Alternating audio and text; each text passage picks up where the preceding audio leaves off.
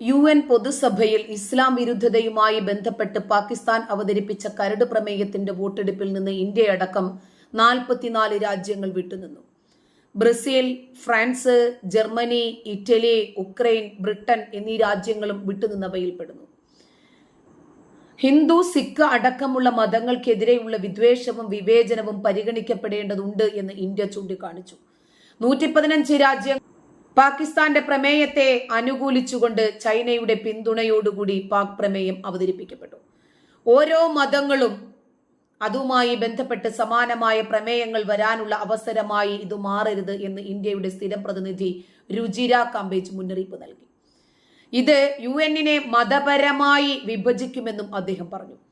ഇസ്ലാം വിരുദ്ധത എന്ന പ്രശ്നം ഗൗരവമുള്ളതാണ്. എന്നാൽ മറ്റു മതങ്ങളും വിവേചനവും അതിക്രമങ്ങളും നേരിടുന്നുണ്ട്. ലോകമാകെയുള്ള മതപരമായ വിവേചനം പരിഗണിക്കണമെന്നാണ് ഇന്ത്യ ആവശ്യപ്പെടുന്നത്.